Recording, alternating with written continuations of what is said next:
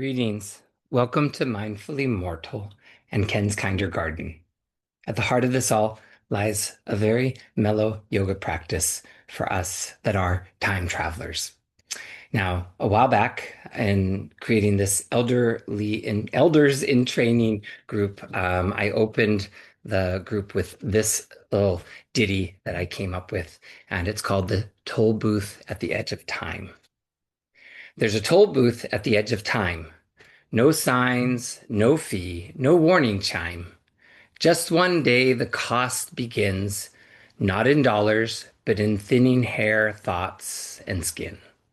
You pay in names you can't recall, in backs that bend and friends that fall, in hearing laughter through a wall you once stood on, but now feel small. You pay in, dear, you still use that phone? In younger hands that grab the throne, in watching futures you won't see, while holding pasts that set us free. This is the elder tax, you see, a surcharge on vitality. But also, listen, it's a trade for deeper roots that storms can't shake, for stories inked in silver threads, for love that lingers with the dead. For knowing time is not a thief, but just a weaver of belief. So here we sit, all tolls paid in full, not broken, but blooming with pockets of gold no youth could ever hold. Now, this is not about being ageist. It's just about honoring where your body is right now, today, as we start this practice. So, Sibo is already resting. He's a great demonstration of resting when you need. Those that feel up for this nice 20-minute practice, come on up to the tops of your mats.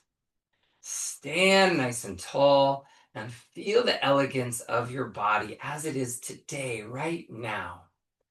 Tadasana is just standing there and doing something, a lot of things actually. So we're going to scan down, and whether you got socks on like I do because it's a chillier day, or you're barefoot, either way, just wiggle your toes around. Be bonobos that you could lift things up, climb with if you need it.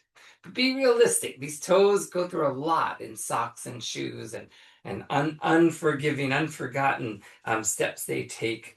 We're going to fan them out nicely and rest them down. Next thing, make sure that your knees have a soft bend into them. Some people, when they stand, they'll lock the knees and engage, but that will wear down our tender little knees. The next, you're going to tuck the tailbone. I'll go through these one more time. And next, you're going to open up the chest.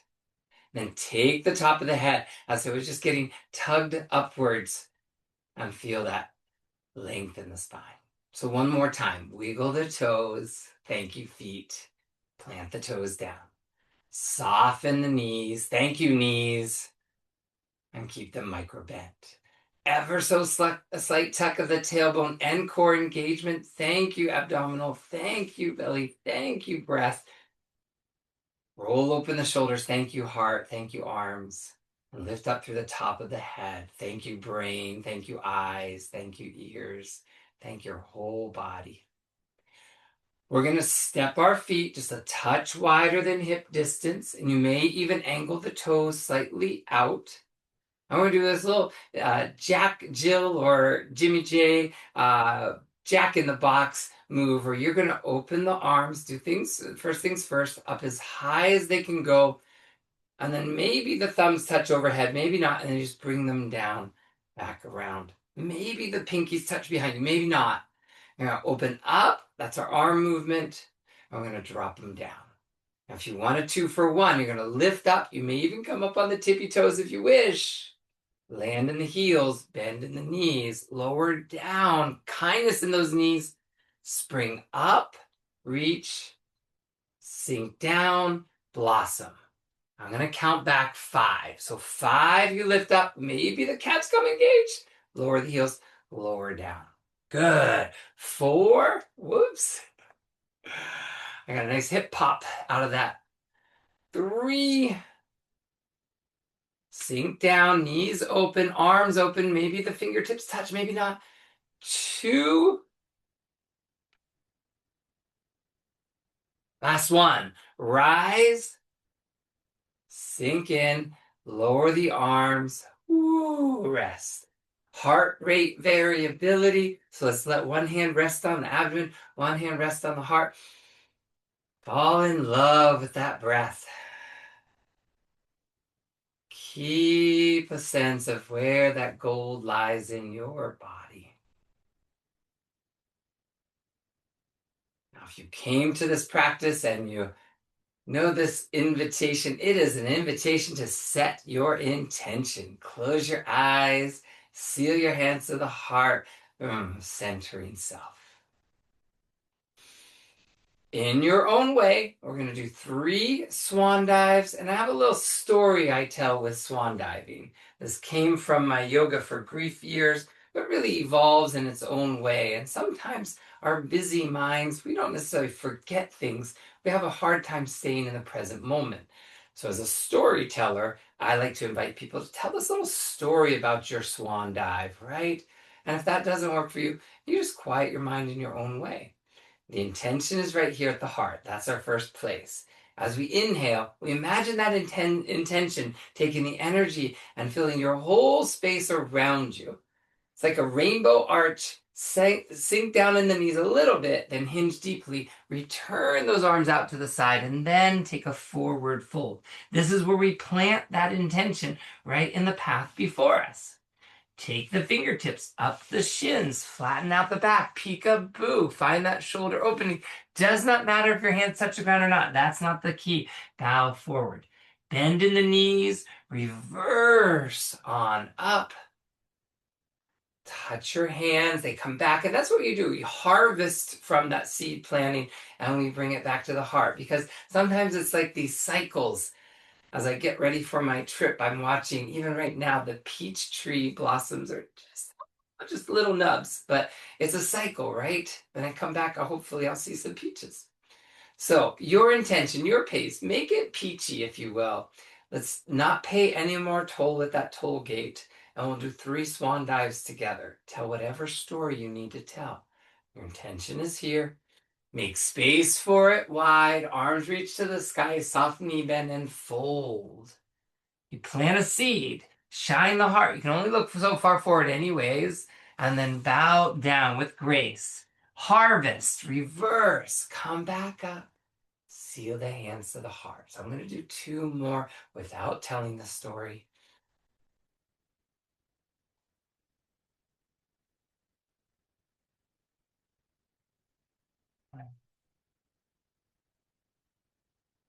This last one, I'm just going to go through the ergonomics or the physiology of our swan dive. Hands pressed to the heart center. Feel that open in the wrists.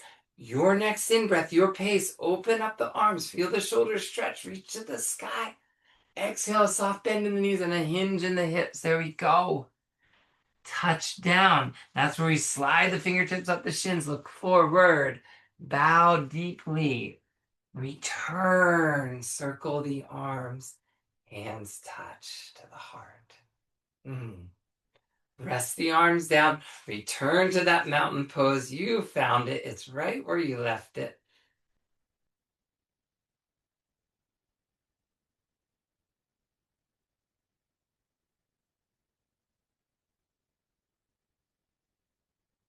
Now, we're going to move right into balance. It's not everyone's favorite, but we're going to take a tree pose and possibly build it into a little hip opener. But you take your time. We're going to step into the left foot and bring that right foot forward. Before we go any higher, we want to engage the core and just lift the right knee up and lower the toes down. Feel how that encourages the core to stay balanced and care for the back. 3, 2, 1. Now angle that right foot into the ankle, calf, or inner thigh. You choose where it goes, hands to the heart. Now, I walk the Lake Merritt in Oakland, California, and there's these wonderful cypress trees that just grow with the wind and really just make these elegant dances. So your tree, you might might decide to rest your right hand on the knee and pause. You might take your left hand up over the head and then lean off to that right side. That's too much. Whoa, wobble with me. I'm just taking an elegant version, any version that works for you. We're going to hold your version for 3, for 2. Smile as you safely fall out of your tree pose for 1. Kick out, shake out those legs. And there it goes. Got the second side, so we're going to boldly step into the right foot, step it down. We're going to bring that left knee and tip the toes in and lift the knee up. Go for 5. Keep the core strong. 4, 3, 2, and 1. You're going to angle that foot into the ankle, calf, or maybe the inner thigh. I got taller already, didn't I? You could stay with the pressed palms. That's one way to center. The more we let the leg and the foot press into each other, avoiding the inner knee, that is one version. And then you're welcome to form that cypress tree, twist and turn as life will take us, leaning your left hand on the knee, taking the right arm up and over. It's there. Wherever you are, this pose, you're welcome to fall out many times. And if you fall out, see if your inner critic says something. And see if you can say something nice, like, I tried. I'm going to try that again for 3, for 2, and for 1. Let the foot land, let the arm land, kick out those legs. So a lot of the pre-recorded practices I'm offering, we're starting at the ground. Today's practice, we're starting at the top. Sibo's shown us what it's like to rest. We're going to do one last swan dive and get closer to the ground, shall we? Seal the hands to the heart. Take your time. Inhale, circle the arms up and over. And then we fold nice and slowly. Bring a half lift. If you are harvesting that intention, it's right there for you. You're going to step your hands to the front of the mat, walk your feet back, and pedal out the feet. How's it feel? So I encourage people to do a reclined pigeon, which I'll demonstrate momentarily. But if you're up for it, we're going to do a brief round of flying pigeon here. If you're going to skip this part, just lie on your back and rest with the knees hugged in for a moment. We're going to take the right foot up to the sky. Breathe into that 3-legged dog and then bring your knees through to your chest. Ooh, we got 3 of those to go. Kick the heel back up. Bring the knee 3. That was the demo, right? 2. Last 1. You're going to bring the knee through. Land the knee by the wrist. Help the left leg lengthen behind you. Square off. Unfold. Now, if you're on your back and you know this modification, you're simply taking the right ankle over the left thigh and you're going to catch the underside of that knee. That's where you go. Nice and kind. Easy does it. Pause as you need and take Sibo's cue as you wish. Well, there's a wonderful way that if we realize that there is a toll booth at the edge of time, that sometimes we feel like we have to pay it. Sometimes we pay it by hurrying. And this is just an invitation to take the next 5 breaths in your pigeon with possibly a modification. If you can keep the head down nice and low, we're not going to do king or queen pigeon. We're just going to bend in the left knee and swing the left hand back. Some of us are going to catch the foot, the heel, and we just hug it right here. Breathe in through the nose and let it go. If that's too much in the quad, just softly let the left foot down for 3, for 2, and for 1. Let's let that foot land. Ease up. Square off. If you're on your back, simply stay there and hug your knees. It's fine. If you're going to join me in pigeon, releasing the right knee, slide it back into your downward dog. Pedal out the feet or shake your right hip around. Got a second side to visit, so choose wisely. Sending your left heel up to the sky. There it is. Draw the knee into the chest. Kick it on up. Now count back. 3, 2, and knee to the heart. Then land the left knee off by the left wrist. Turn the back toes under. Square off. There it is. Lengthen, fold, and surrender. Now, this is pretty much a prop-free practice, but if you're a yoga practitioner in your own home, you may want to have a blanket you can fold for later. But otherwise, you'll work this pose without any props at all. If you're feeling you can bow down, bend in the right knee, catch the top of the foot with your right hand. It's there for you. We hold it for a little while, and we lengthen the quad with our breath. The right heel comes as close to the glute muscle as possible for 3, for 2,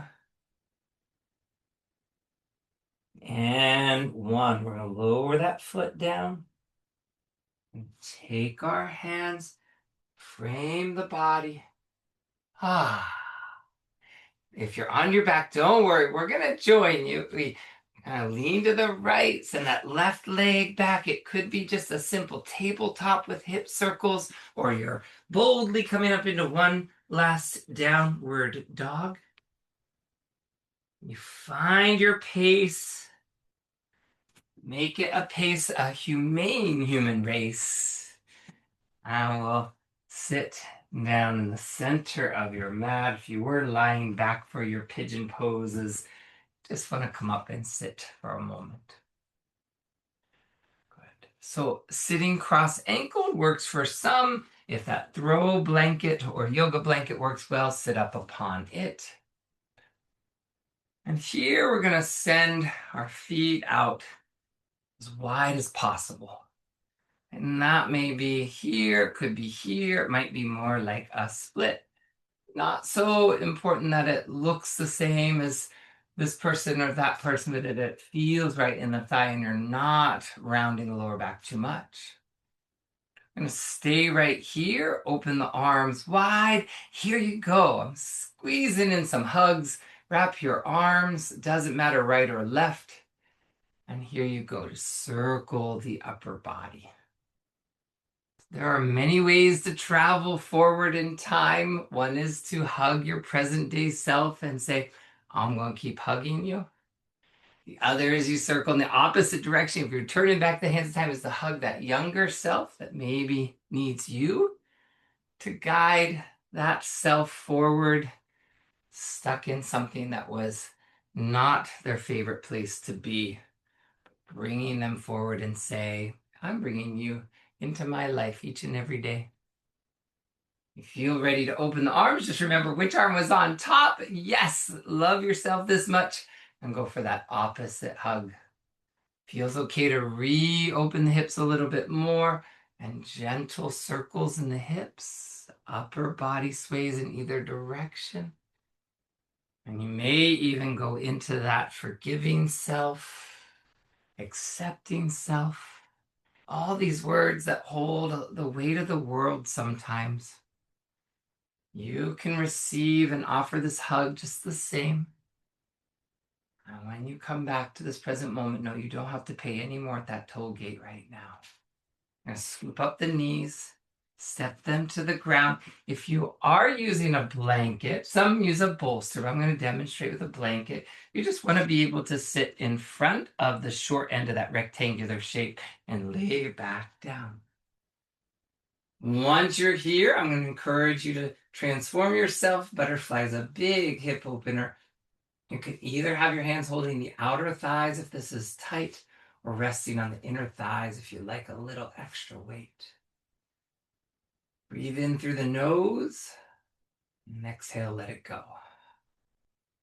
If you feel the ability to move your hands from the legs and then open up the arms into that T shape or Y shape or field goal shape, this is where we take our standing practice and we just soften into the surrender. Here we are, all tolls paid in full, not broken but blooming, with pockets of gold no youth could ever hold. Now, if you're a youth watching this, all the more reason to remember your body, the preciousness of it, and what it means to care for it every day of the year. Some yoga is better than no yoga. I'm going to encourage you to take your time to stay with this pose. Oh, Sibo got a little wake-up call. I'm just adjusting here so I can serenade your body in its final moments of the practice. So if this feels like a gentle way to stay, butterfly with a slight heart opening, if you need to shift and come into regular Shavasana, or if there's a wall or chair nearby, you might decide hug the knees to the chest and then rest the legs on the wall, or bend the knees and have the feet rest on a chair, sofa, or somewhere that's about this height. I'm going to encourage you to close your eyes, not needing to look at a pixelated screen right now, and soften into all that is here. This moment is all there is. Time travel can work in certain ways, but to ground into right now is what the magic is all about.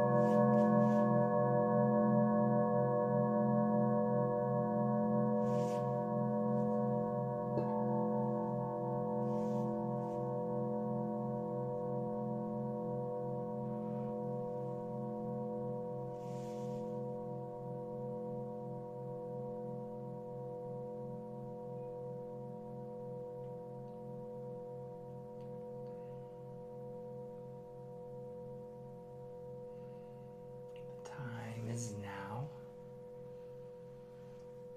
Time is yours. No one has to tell you what time it is when you know in your body that there's a breath that you can soak in. All that there is in this intention that you set and all that you leave behind on the mat. Start to come into a little bit of movement in the fingertips and toes. Unless you're going to be like Sibo and rest for a little while longer. You feel the arms reach over your head, toes point in one direction, fingertips in the other.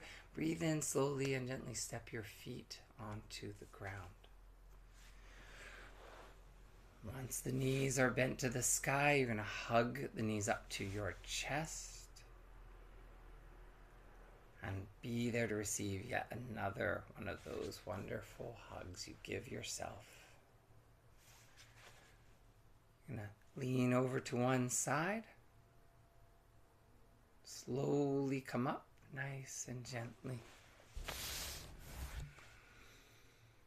And as you sit for a moment, there's a way that you want to prepare for the off-the-mat life experience that's awaiting you. You might seal your hands to the heart center, bow your chin down, and thank every part of your body with a breath of bowing gratitude. Thank you, thank you, thank you. As you lift your head up, you don't necessarily have to look into a pixelated screen. You might be looking out at the sky. You might be looking at your bed saying it's time for bed. Wherever you are, whatever time of the day it is, I hope that this time travel yoga served you well. If and when you feel you have to pay the toll at that edge of time, pay it with kindness. Keep the gold in your pocket. It's yours. Thank you all very much for joining me. If you like these pre-recorded classes and you're seeing them for the first time, I also offer some Zoom yoga classes, and they're at kenbreniman.com. If you need to find me, you know how to find me. If you need to find yourself, I hope you know the yoga mat always awaits you. Till next time, from Mindfully Mortal and Ken's Kinder Garden, thank you. Sibo thanks you. Toodles. Mm-hmm.